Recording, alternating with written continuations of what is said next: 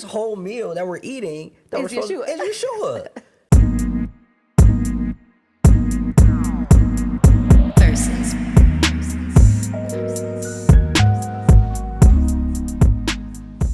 Family, shalom. Shalom. Back in the family room with it. But this time, we're celebrating a special feast. Passover. Well, technically, during this recording, it's unleavened bread, but we just did celebrate Passover, and now we're in the Feast of Unleavened Bread. But today, we're going to be talking about Passover. Mm-hmm. Yeah, so sit back, relax. This one's going to be a doozy. We got a lot of scripture to share with you all on why we should be celebrating Passover. Yep. Yeah, so let's get into it. But first, Yay! it's time for some games. And this week we will be playing Guess Who. Mm-hmm. So, you may go first. Okay, I'm going to say it in first person, though. Okay. I was the wife of Zechariah and the mother of John. Who am I? You don't know this? I thought this was an easy one. Wife of Zechariah, mother of John. Give me the first letter. E. Oh, no. What? That was my thing. Oh, wow. The second letter. L. Give me the last letter. H. Oh, no. Nah, go ahead. Tell me who. Elizabeth. Elizabeth. Oh my God, no. H. That wasn't the last letter? Yes, it is. Oh, H is the last letter. Yeah, that's true. Yeah, no, I was not going to get that. I was not going to get that. See, it's when it's the women in the Bible. Yeah, that's the one. I'll be honest with you. I was not going to get that. Oh, wow. That wasn't... I wasn't even trying to be tricky. I know. Really, like... I know. I know. It shows, like, how much you need to go back and read. Mm-hmm. Because I was like, that's in Luke. Yeah, when it they is talk in about Luke, all that. in Luke, Yeah, yeah. I know. I just didn't really pay attention To the woman. to her name. Like, look, man or woman, whatever. All right, my turn. You probably got easy ones. Who was Moses' mentor? A mentor? Mm-hmm. He had a mentor? Yeah. I'll give you an example of one thing he did. You'll probably get this. He gave him instructions on how The to counsel? counsel. Oh, okay, yeah. Oh, his name was weird, though. That was Zipporah's dad. Yes. Zipporah's father. Yeah, that's not his name, though. That's not fair. That's not his name. Oh, my gosh. I have no idea. For real? I don't remember his name. Wow, I thought that was an easy one. Oh, when it comes to the men in the No, Bible. but I know who it was. Okay, that's fine. Okay, what is it? Starts with J. Johnson. Oh my gosh. Gerald. J-E. J-E-T-H. Jethro. There you go. Jethro. Yes, that's his name. Okay. Jethro. Wow, See, I at thought you least were gonna I get that one. got that. Man, I had to spell out But the whole I name. spelled it out No, basically, you and you didn't. still No, did. Elizabeth is longer than Jethro. Anyway, 0-0. Next one. Go ahead. you didn't get that one. All right. What's the next one? We did not. So this is multiple people. Okay. Okay. We did not bow to other gods, so we were thrown into the furnace. Who were we? Meshach, Shadrach, and Abednego. Good job. Yeah, I knew that one. I just You was read already. that. Why are you giving me I'm multiple like, multiple people. I'm like, this ain't what that is. Go ahead. Okay, cool. Okay, last question. I'll say it in first person. My brother is Lazarus and my sister is Mary. Who am I? Martha. So I guess we both got the last one. Okay, one and one. Right. First one, that was bad. That was a doozy for real. That was a doozy. Okay. Cool. All right, let's get into it. All right. Passover. Wow. You know, growing up, I always thought Passover was something that only Jewish people celebrated. I'll be honest with you. Growing up, I only knew Easter. Yeah, facts. I didn't know Facts. Passover. I never really paid attention. Only reason I knew is because in school. Right, I think we may have had an off day for it or something Oh, like that. really? Something. But, I never really thought about it. The whole time, this is a huge believer celebration. Yeah. If there's any... Or it should be. Should be. Should be. And it's you wonder, why it's never brought up or talked about or mentioned. Yeah. But today, we're going to get all into that. And so today, we're going to talk about why we should definitely be observing the Passover and celebrating it and reflecting and because it just brings you closer to Yahshua. Yes. So let's get into it. Let's get into it. What is Passover? I'm opening up to Exodus 12. As I said, y'all better bring y'all Bibles because we going into this word. This ain't even about us. This is about all him, as per usual. Honestly, this is probably like seriously the first year that we are feeling convicted about making sure that we observe these feasts. Last year we started in the fall, right? But the spring feast had already happened. And this time, I don't know, it just feels like something that we should definitely know that we know that we know. Yeah. And we want to share that with you all, as we're learning it. Yeah, for sure. Okay, so do you want to read it? Sure. Okay, Exodus 12, 1 through 15. Heard Read that stutter, I wasn't right. sure. Exodus 12, 1 through 14. 14, okay. Now Yah spoke to Moses and Aaron in the land of Egypt, saying, This month shall be your beginning of months. It shall be the first month of the year to you. Speak to all the congregation of Israel, saying, On the 10th of this month every man shall take for himself a lamb, according to the house of his father, a lamb for a household. And if the household is too small for the lamb, let him and his neighbor next to his house take it according to the number of the persons. According to each man's need, you shall make your count for the lamb. Your lamb shall be without blemish, a male of the first year. You may take it from the sheep or from the goats. Now you shall keep it until the 14th day of the same month. Then the whole assembly of the congregation of Israel shall kill it at twilight. And they shall take some of the blood and put it on the 2 doorposts and on the lintel of the houses where they eat it. Then they shall eat the flesh on that night, roasted in fire, with unleavened bread, and with bitter herbs they shall eat it. Wow. Do not eat it raw, nor boiled at all with water, but roasted in fire, its head with its legs and its entrails. You shall let none of it remain until morning, and what remains of it until morning you shall burn with fire. And thus you shall eat it, with a belt on your waist, your sandals on your feet, and your staff in your hand. So you shall eat it in haste. It is Yah's Passover. For I will pass through the land of Egypt on that night, and will strike all the firstborn in the land of Egypt, both man and beast. And against all the gods of Egypt I will execute judgment. I am Yah. Now the blood shall be a sign for you on the houses where you are. And when I see the blood, I will pass over you, and the plague shall not be on you to destroy you when I strike the land of Egypt. Wow. So this day shall be to you a memorial, and you shall keep it as a feast to Yah throughout your generations. You shall keep it as a feast by an everlasting ordinance. And this is in the New King James Version. Yes. Wow.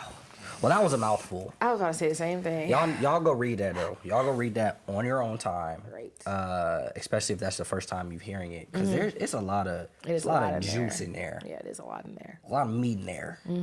So where do we even begin, right? I think the first place to begin when we talk about the feast of Passover and what it entails is the lamb. The lamb that is sacrificed to Yah for the meal, right? Who is the lamb? The lamb is Yahshua. Oh, ding, ding, ding. You're right. The lamb is Yahshua. And, he is the final and ultimate sacrifice. Let's just go straight to the word and see where they reference Passover in the New Testament as Yahshua. So, to begin, let's go to John 1:29. And as he finds this verse, just to let you all know, all of these feasts represent Yahshua. They're Yahshua in some way, shape, or form. And so that's why it's important for us to study them out and to learn about them, because you'll naturally get closer to him and learn more about him just by the feast alone. Agreed. So, John 1:29, what does it say? The next day, John saw Yahshua coming toward him and said, Behold, the Lamb of God, who takes away the sin of the world. That's interesting. That is interesting. That's interesting, right? He refers to him as the Lamb. When he first saw him, he said the Lamb of God. Yeah. Like, so they already had the understanding that the Passover pointed towards the Messiah, the coming Messiah in Yeshua. All right, so now let's go to 1 Corinthians 5:17. Let's see what Paul says.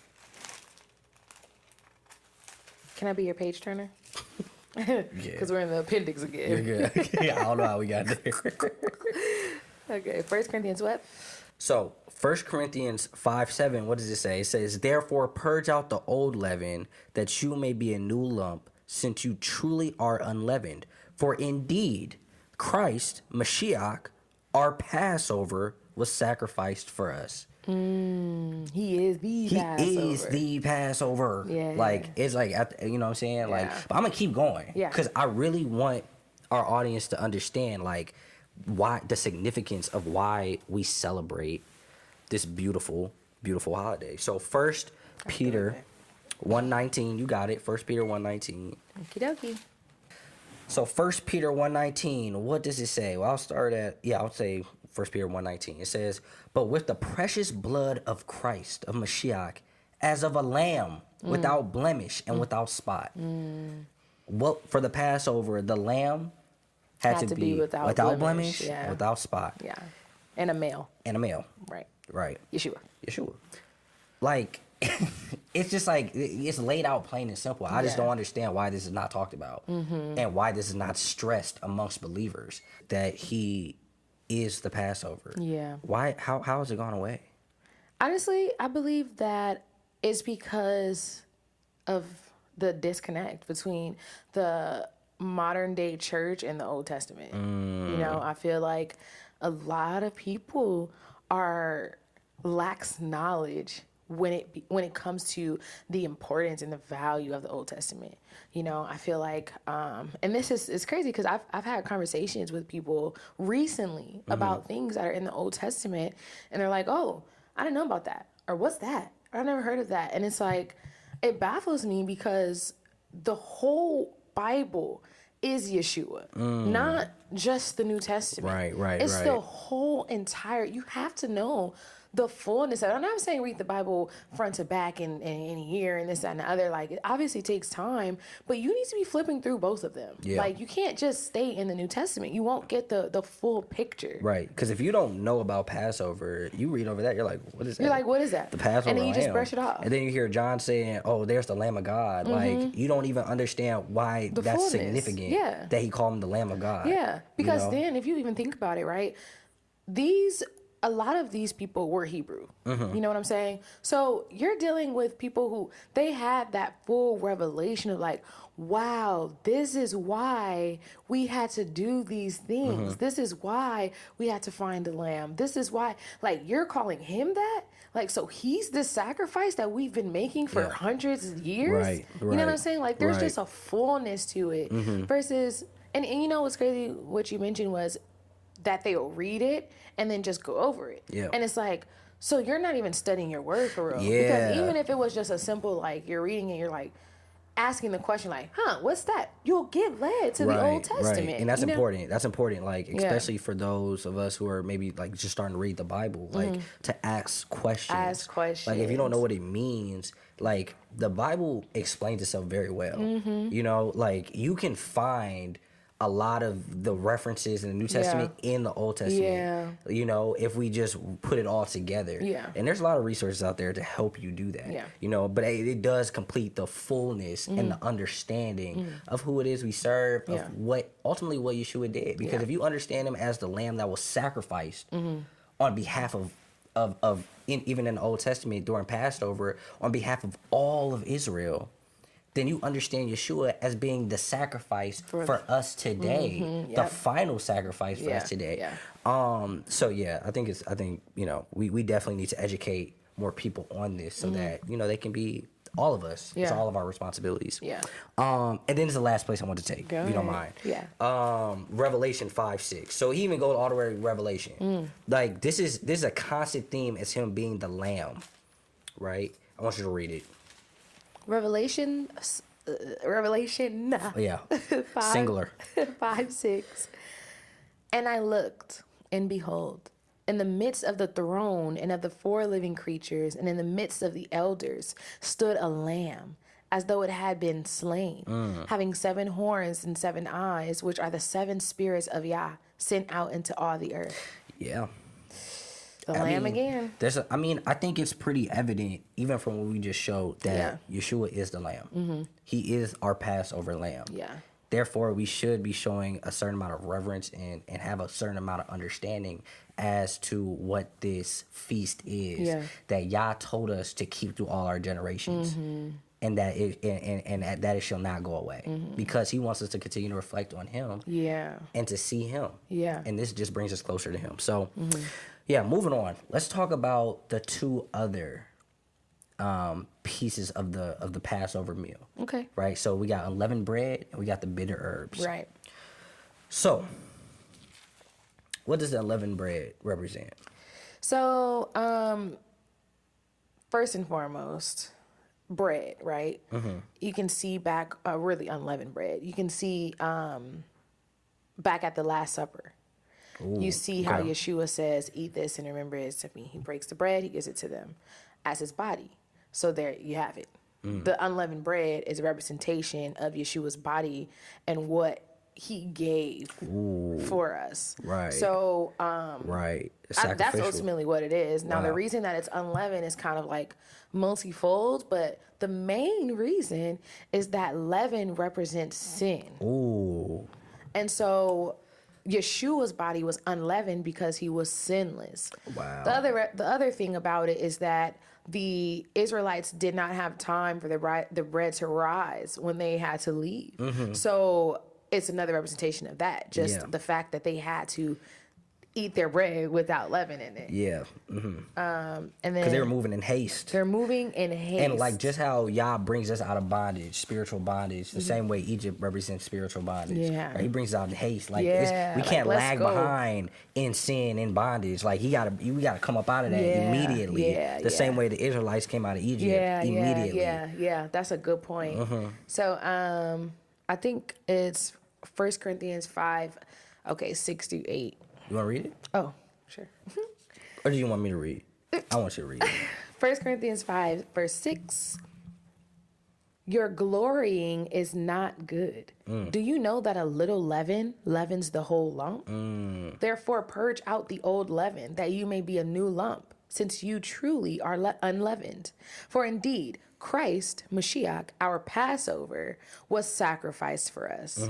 Therefore, let us keep the feast, not with old leaven, nor with the leaven of malice and wickedness, but with the unleavened bread of sincerity and truth. Wow. So there we go. That's Paul. Yeah. You know, this is all New Testament revelation. So no one knew what that meant when they was reading it. Right. You know what I'm saying? They're like, yeah, it's good. Right. How you know that? Yeah, right. That's what I'm saying. But like this all goes back to understanding the Passover, Feast of Unleavened Bread, which we're in now, and understanding how all this relates to our spiritual walk now. Removing that leaven, removing that sin from our lives. Like it's purifying, you know? And that's exactly what, you know, the Passover meal entails. Like not only does it represent forgiveness in the lamb being sacrificed through Yahshua, but it also represents like purification. Yeah. And like allowing Yahshua to cleanse you of all sin and unrighteousness and truly being right standing with the Father.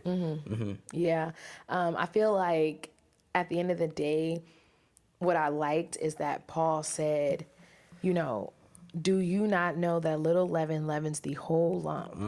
And then it also says, if you go down a little more, since you truly are unleavened. So he wants us to identify ourselves with this. With the Passover meal. With the Passover meal. Like he wants us to understand the transformation and restoration has been done to us. Like we are this unleavened bread. We are now righteous in the eyes of Yah because of what Yeshua did. That's good. You know what I mean? That's so good. It's just to give me more incentive. Like you're reading more about yourself. Like you know what I mean? Yeah. You're reading about your history. Like there's so many, like it's multifaceted. Like of why we need to know about this. Yes. You know what I mean? Yes. And I feel like no pressure, like don't just all of a sudden like, okay, I'm gonna do this. Like let Abba lead you, but it's worth you starting to study out. Yeah. Like it's time is now. Yeah, you it know? is, because it does something different to your relationship. Yeah. Because you see how he was always in the picture. Like he was always thought of. Yeah. Like even when they didn't realize it, he was always thought of and always mentioned. That's good. Thank you, babe. You're welcome. The last part of the meal let's talk about is the bitter herbs, right? So the bitter herbs represents the word, and we'll get into it right now. But let's just read it. Okay. I'm not even going to do all that. Let's just go to the word. Let's go to the word. 10, 9 through 11. 9 to 11. So it says, so I went to the angel. Wait, no. I think it's 8. I'm sorry. Oh, okay. Then the voice which I heard from heaven spoke to me again and said, go take the little book which is open in the hand of the angel who stands on the sea and on the earth. So I went to the angel and said to him, give me the little book. And he said to me, take and eat it. And it will make your stomach bitter, but it will be sweet as honey in your mouth. So I took the little book out of the angel's hands and ate it, and it was sweet as honey in my mouth. But when I had eaten it, my stomach became bitter. That's the word. Yeah. That's the word. Yeah. Like, it's crazy because, like, when you think about the word and you eat the word, and that's really just digesting it, like fully digesting it. Yeah. Having it within you, right? The same way Yahshua said, eat my flesh, drink my blood. You know what I'm saying? It's like just becoming one with it. It's sweet at first. Yeah. But the word can be bitter. Yeah. Because it's a lot of correction in there. It's a lot of hard truths in there. Yes. It's a lot to deal with, especially when you're called to speak his word and then called to prophesy his word. Because even if you keep going, it says, in 11, he says, and he said to me, you must prophesy again about many people, nations, tongues, and kings. So Yah gives us hard words to swallow, which we first are sweet. Yeah. Because, you love speaking the word. You love reading the word and talking about the word. But when he tells you to go speak it to somebody else, to correct them, that they might take the wrong way, that's a hard, bitter feeling to have. So are you saying that bitter herbs is the word? Bitter words are the word. Say it again. Bitter herbs are the word. Okay. Bitter herbs are the word. And I think it's amazing when you think of the whole plate, right? You got Yahshua as the lamb, right? You got the unleavened bread as sinless. Which is still Yahshua. Which is still Yahshua. Right. Right. But the sinless form of Yahshua, how he was sinless and his body was given to us. And then you have the word, which is Yahshua. which is also the word, which also is Yahshua, and the bitter herbs. And it's like, wow, all this whole meal that we're eating, is Yahshua. Come on, man. Yeah, that's amazing. It is amazing. And as you mentioned, like, it's worth knowing. I don't even think it's worth knowing. It's vital. It's you necessary. have to know this. Wow. Yeah. That's so deep. So, I have a question. Yeah. Who is this for? Man, who is Passover for? Who is this for? Wow. So the Passover is for us. But like in a sense of like only for us. Like, and I think that's So who is it not for? Anybody outside of covenant. And I think that's something that like we got corrected on because we did not value it as holy as Yah values it, right? Even all the feasts that we've done in the past, right? I think it's easy to get caught up in the world when you talk about holidays and stuff like that. Just invite everybody over. Just invite the whole clan over. Invite everybody over. Like, we're gonna participate in this, have a good time, yada yada yada. He does not want that. I'm gonna read it. So it says, where is it at? Exodus 12, verse 43. 43, right? So it says, Exodus 12, verse 43, and it says, and Yah said to Moses and Aaron, this is the ordinance of the Passover. No foreigner shall eat it. But every man's servant who is bought for money, when you have circumcised him, then he may eat of it. A sojourner and a hired servant shall not eat it.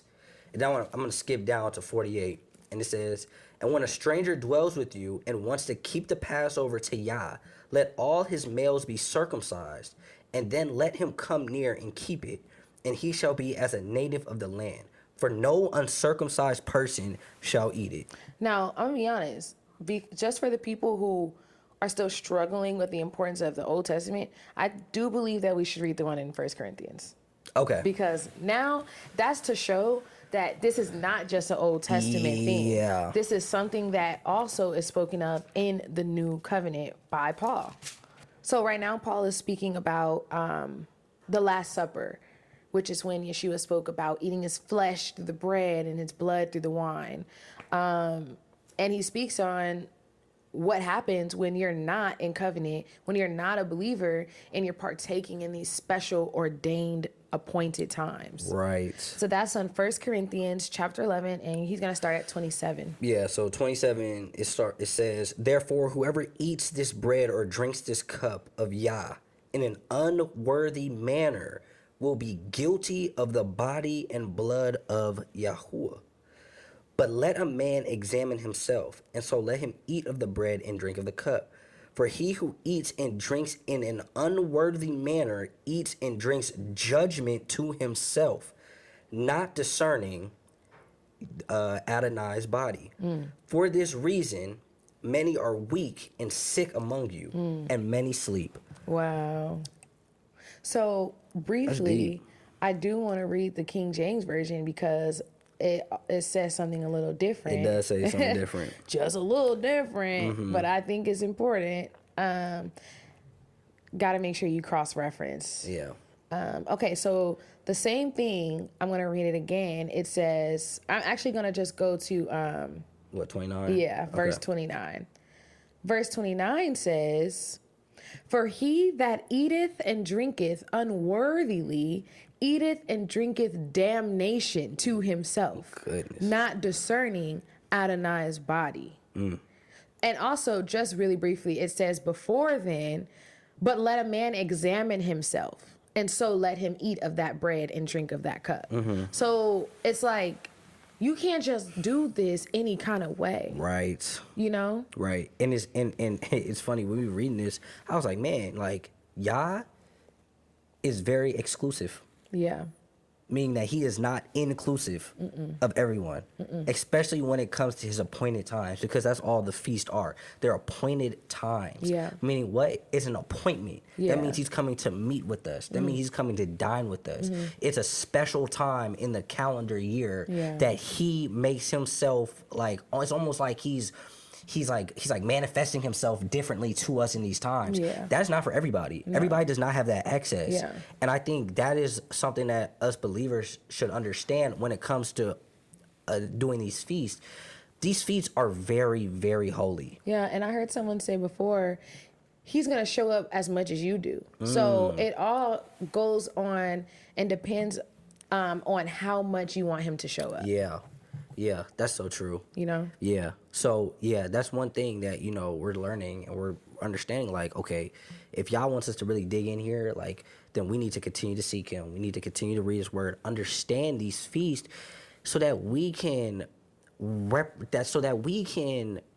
honor him and reverence him in a way that is acceptable unto him. Right? Because it's all about him at the end of the day. If he says to do it this way, we got to do it this way. Now, don't get me wrong. Like, you know, do your best, right? But when he reveals something to you, don't just keep doing the same thing. Yeah. Like, if he wants you to change something or do something differently or really dive in here into this area or this aspect, then do it. Yeah. For my closing statement, I just want to say, it is hard. It is. The walk is hard. There's always some new revelation. There's always some correction. There's always some conviction. But this is me and my husband was talking about. Be grateful that he chose you to do this with. So at the end of the day, put your best foot forward. Take this as a sign. For everybody that's watching right now, take this as a sign. He wants to go into deeper intimacy with you. Yeah.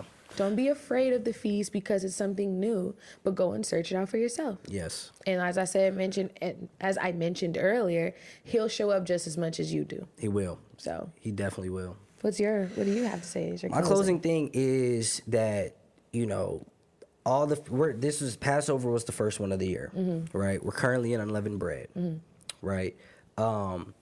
We have 5 more feasts, right, throughout the year. And guess what? All these 5 feasts are mandatory for his belief, for those who believe in him and who are in covenant with him. All of them are everlasting ordinances. That means they shall never go away, ever, right? And you read that in the word yourself. That means something. That means that he expects us to know these things. He expects us to reverence these things, to understand these things. Now, he is patient. He's loving. He understands this is a different for all of us, but that doesn't mean that we slack off in this either. So we're going to do our best to continue to show up and continue to talk about these things so that we can all, you know, grow together. Yeah. But it's important. It's important. So if you miss Passover, it's okay. Right now we're on unleavened bread, and then we have a bunch more to cover. Yeah, we do have a bunch more to cover. It's feast season right now, so we probably just gonna be going in about these for the next few weeks. Right. So we got Feast of Weeks. Just look forward to it. All them coming up, so it's gonna be fun. So yeah, it's gonna be a lot of learning. So I guess next week we'll be talking about unleavened bread. Yeah, I guess so. See y'all then. Sounds good. Like and subscribe. Comment below. Do you celebrate? I mean, do you celebrate these feasts? Is this something that's new to you? Have you heard of it before? Let us know of your thoughts and experiences. All right. All right. Love you all. Shalom. Shalom.